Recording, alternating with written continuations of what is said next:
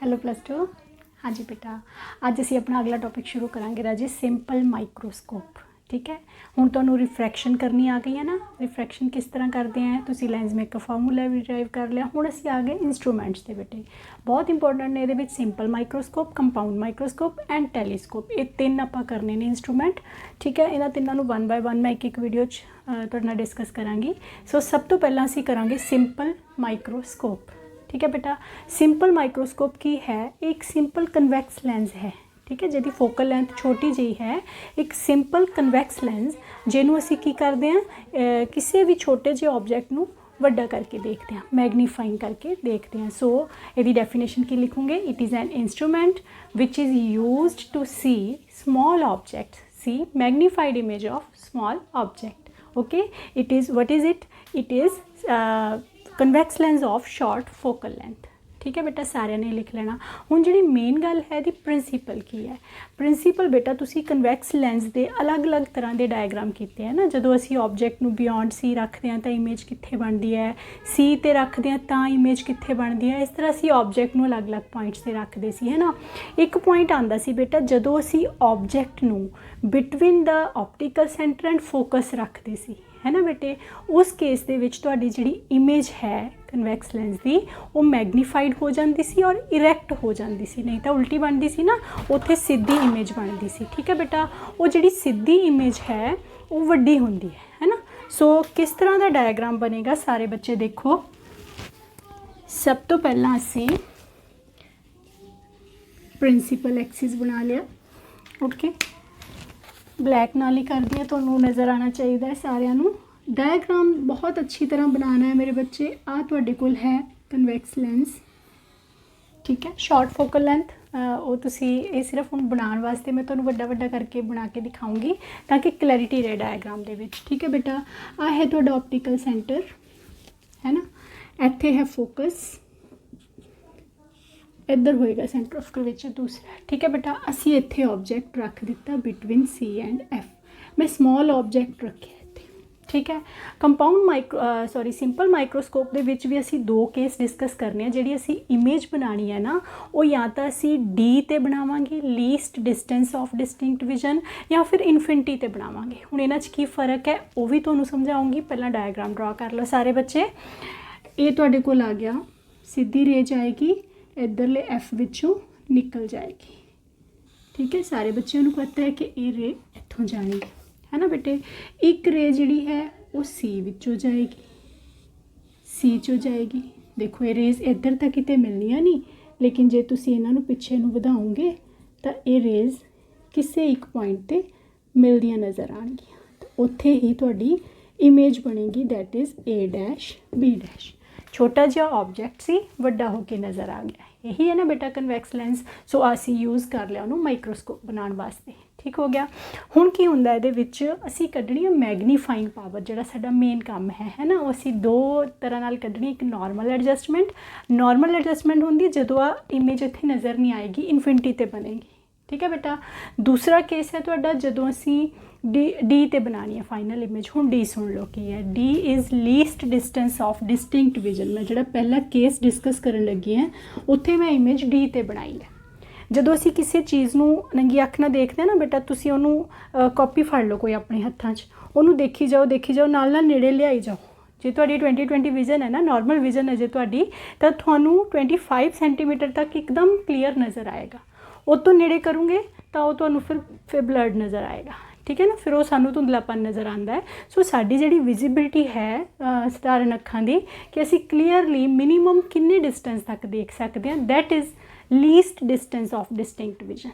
ठीक है बेटे, वो तुहाडी आम नॉर्मल आई जिहड़ी ठीक हुंदी है, वो 25 सेंटीमीटर हुंदा है डी। ठीक है, सो तुसीं हुण डी याद रखना, बार बार वर्ड यूज़ किया जाएगा, least distance of distinct vision. इहदे ते बनिया है। ठीक है बेटा, इमेज। ओके, हुण असी गल करनी है मैगनीफाइंग पावर, क्योंकि जिहड़ा तुहानूं क्वेश्चन आएगा वो आएगा मैगनीफाइंग पावर दसो सिंपल माइक्रोस्कोप दी when image is formed at least distance of distinct vision. So वो मैगनीफाइंग पावर सारे मेरे बच्चों ने डेफिनेशन याद कर लेनी है। It is equal to beta upon alpha. हुण बीटा ते अल्फा क्या है, बीटा ते अल्फा की है हुण बेटे, बीटा है एंगल, क्योंकि असी ना इत्थे अपनी आई दे उपर एंगल किन्ने सबटेंड हो रहे हो आसानी नाल देख सकते हैं इन्हां इंस्ट्रूमेंट्स दे विच, बजाए कि असी कई बारी तो इमेज इनफिनिटी ते बननी है ना, असी इमेज की किद्दां लेंथ देखांगे किन्नी हो गई, सो मैगनीफाइंग पावर कढ़नी औखी हो जाएगी। So beta upon alpha, beta की है, beta is angle made by,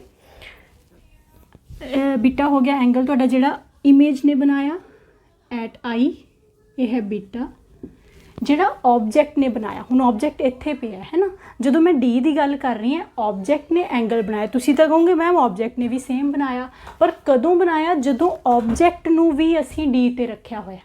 ठीक है बेटे, पहलां असीं ऑब्जेक्ट नूं भी चक के इत्थे लै जाना है, मतलब इमेजिन कर लो इत्थे रखिया होया है, इहदा नाम असीं कुछ भी रख लैंदे आ, मैं तुहाडे लई ई रखिया होया, इत्थे ई रख लो।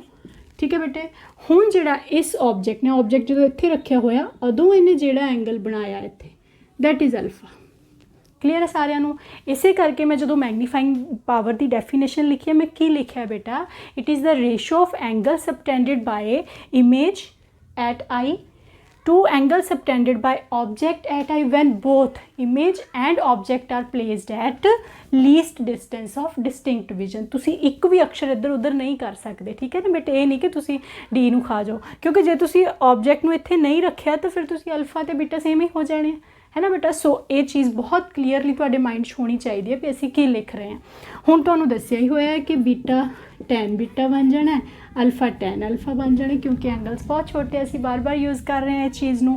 मेन काम की करना है राजे, टैन बीटा ते टैन अल्फा की वैल्यू कढ़नी है बड़े ध्यान नाल, क्योंकि ट्रायंगल्स बहुत सारियां बन रही ने, कन्फ्यूज़ नहीं होना। असीं की करना है, जिहड़ा एम है इन टर्म्स ऑफ बेस कढ़ना, अपने दिमाग 'च रखियो, साडा बेस नहीं कटना चाहिए। ठीक है, परपेंडिकुलर असीं कट करने हैं। सो टैन बीटा जिहड़ा है असीं वो ट्रायंगल चूज़ करनी है जिहदा परपेंडिकुलर आ वाला है ना वो सेम होवे दूसरी ट्रायंगल के परपेंडिकुलर ना। हुण मैं बीटा देखो इस ट्रायंगल च भी बन रहा है, बीटा इस ट्रायंगल च भी बन रहा है, तो मैं किहड़ी ट्रायंगल लई है, स्मॉल वाली लई है, ताकि A B upon C A लिखिया जाए उसनों, एंड टैन अल्फा आ ए डैश ई सी लैनी है, ताकि इनू असी लिखिए A dash E upon C A dash.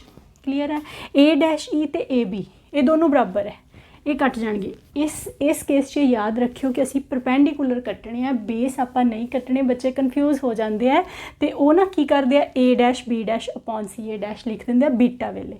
Beta वेले तुसी आ छोटी जी ट्रायंगल लैनी है, ट्रायंगल मतलब तुसी simple microscope they which object वाली ही लैनी है, बस ये अपने दिमाग 'च रख लो। ठीक है बेटे, ये तुहाडे कोल की बन गया हुण सी A dash upon C A. Clear है, हुण सी ए डैश कितना है, की है सी A dash minus D, object वाली साइड पे तो ये डी दे बराबर आ गया, एंड सी ए की है ऑब्जेक्ट का डिस्टेंस माइनस यू दे बराबर आ गया। सो तुहाडी मैगनीफाइंग पावर कितनी बन गई राजे, M is equal to D upon U. इस रिजल्ट नूं याद रखना है। ठीक है, इनू असी जे in terms of focal length कढ़िए तो किस तरह आएगा, तुहानूं सारिਆਂ ਨੂੰ पता है लेंस फॉर्मूला असी कर चुके हैं, -1 upon u plus 1 upon v है ना, असी इत्थे डी लैके आना है। ओके, डी किद्दां आएगा, हुण तुहाडे कोल तुसीं पुट करोगे यू जिहड़ा है वो माइनस यू दे बराबर है, वी तुहाडे कोल माइनस टी दे बराबर है। ठीक है ना, वी इमेज का डिस्टेंस वो आप पुट कर दिता। सो 1 अपॉन एफ की बन गया -1 upon minus u -1 upon d, आता कैंसल हो गए है ना, ये बन गया 1 upon f is equal to 1 upon u -1 upon d. सानू डी अपॉन यू चाहिए, सारी इक्वेशन नू डी ना मल्टीप्लाई कर दिए बेटे, d upon f is equal to D upon u -1 इधर आके प्लस हो जाएगा 1 प्लस डी अपॉन एफ, आ चीज़ आ गई तुहाडे। ठीक है राजे, इन्ना क्लीयर है सारिਆਂ ਨੂੰ, d upon u is equal to 1 plus d f. Clear है, हुण जिहड़ा डी अपॉन यू कादे बराबर है, एम दे बराबर। सो मैगनीफिकेशन कितनी आ गई 1 प्लस डी अपॉन एफ। देखो सारे बच्चों को इन्नी चीज़ समझ आ गई। हुण जिहड़ा असीं इन्फिनिटी वाला केस करांगे ना कि नॉर्मल ते जदों रखदे हैं तो की हुंदा है, उस केस दे विच 1 खत्म हो जाना है। ठीक है, 1 दा फर्क है ना दोनों दे विच। पहलां तां ये रिजल्ट मेरे बच्चों ने अपने दिमाग 'च रखना है कि इहदी जिहड़ी मैगनीफाइंग पावर है आपां उहनूं कैपीटल एम दे नाल नोट कीता है, कैपीटल एम ही रखियो राजे तुसीं इत्थे। फिर m is equal to 1 plus m is equal to 1 plus d upon f. याद रखियो सारे, मैं तुहानूं जदों नैक्सट वीडियो नैक्सट आर्टिकल करवाना ना, इहदा अगला पार्ट, तो मैं पूछना है भी किन्नी सी फिर इत्थे मैगनीफाइंग पावर है ना बेटे। सो सारिਆਂ ने याद रखना है। ਇਹ ਤੁਹਾਡੇ ਕੋਲ ਆ ਗਿਆ ਹੁਣ ਸਿੰਪਲ ਮਾਈਕਰੋਸਕੋਪ ਦਾ ਕੇਸ, ਜਦੋਂ ਅਸੀਂ ਆਬਜੈਕਟ ਦੀ ਇਮੇਜ ਜਿਹੜੀ ਬਣਾਈ ਹੈ ਉਹ least distance of distinct vision 'ਤੇ ਬਣਾਈ ਹੈ। ਮੈਨੂੰ ਉਮੀਦ ਹੈ ਕਿ ਤੁਹਾਨੂੰ ਸਾਰਿਆਂ ਨੂੰ ਸਮਝ ਆ ਜਾਏਗਾ ਬੇਟਾ। ਨੋਟਸ ਰਾਜੀ ਮੈਂ ਲਿੰਕ ਤਾਂ ਪਾ ਰਹੀ ਹਾਂ, ਬਹੁਤ ਸਾਰੇ ਬੱਚੇ ਕਹਿੰਦੇ ਨੇ ਕਿ ਸਾਡੇ ਓਪਨ ਨਹੀਂ ਹੋ ਰਿਹਾ, ਕੋਈ ਗੱਲ ਨਹੀਂ, ਮੈਂ ਕਰ ਰਹੀ ਹਾਂ ਟਰਾਈ, ਠੀਕ ਹੈ। ਅਤੇ WhatsApp 'ਤੇ ਵੀ ਤੁਹਾਨੂੰ ਭੇਜ ਰਹੀ ਹਾਂ ਬੇਟਾ। ਪੂਰੀ PDF ਤਿਆਰ ਹੋਏਗੀ ਤਾਂ PDF ਮਤਲਬ ਪੂਰੇ ਨੋਟਸ ਤਿਆਰ ਹੋਣਗੇ ਤਾਂ PDF ਸੈਂਡ ਕਰਾਂਗੀ। ਹਾਲੇ ਤਾਂ ਮੈਂ ਆਪ ਨਾਲ ਵਰਕ ਕਰ ਰਹੀ ਹਾਂ ਨਾ। ਸੋ थोड़ा जिहा ऑब्जेक्टिव क्वेश्चन भी बनाने असी, वो भी काम है थोड़ा जिहा, इस करके टाइम लग रहा। कोई गल नहीं बेटा, तुसी जिन्ना क समझ आ रहा उन्होंने लिखी जाओ, ਜਿਹੜੇ ਬੱਚਿਆਂ ਨੂੰ ਸਮਝ ਆ ਹੀ ਜਾਂਦਾ ਹੈ, ਨੋਟਸ ਮਿਲ ਹੀ ਜਾਂਦੇ, ਉਹ ਜ਼ਰੂਰ ਲਿਖੀ ਜਾਓ ਆਪਣਾ, ਠੀਕ ਹੈ। ਬਾਕੀ ਸਾਰੇ ਫਿਰ ਬਾਅਦ 'ਚੋਂ ਜ਼ਿਆਦਾ ਲਿਖਣਾ ਪਏਗਾ, ਇਸ ਲਈ ਨਾਲ ਨਾਲ ਇੱਕ ਇੱਕ ਆਰਟੀਕਲ ਲਿਖ ਲਓ, ਬੈਟਰ ਹੈ। ਓਕੇ ਬੇਟਾ, ਥੈਂਕ ਯੂ ਰਾਜੇ।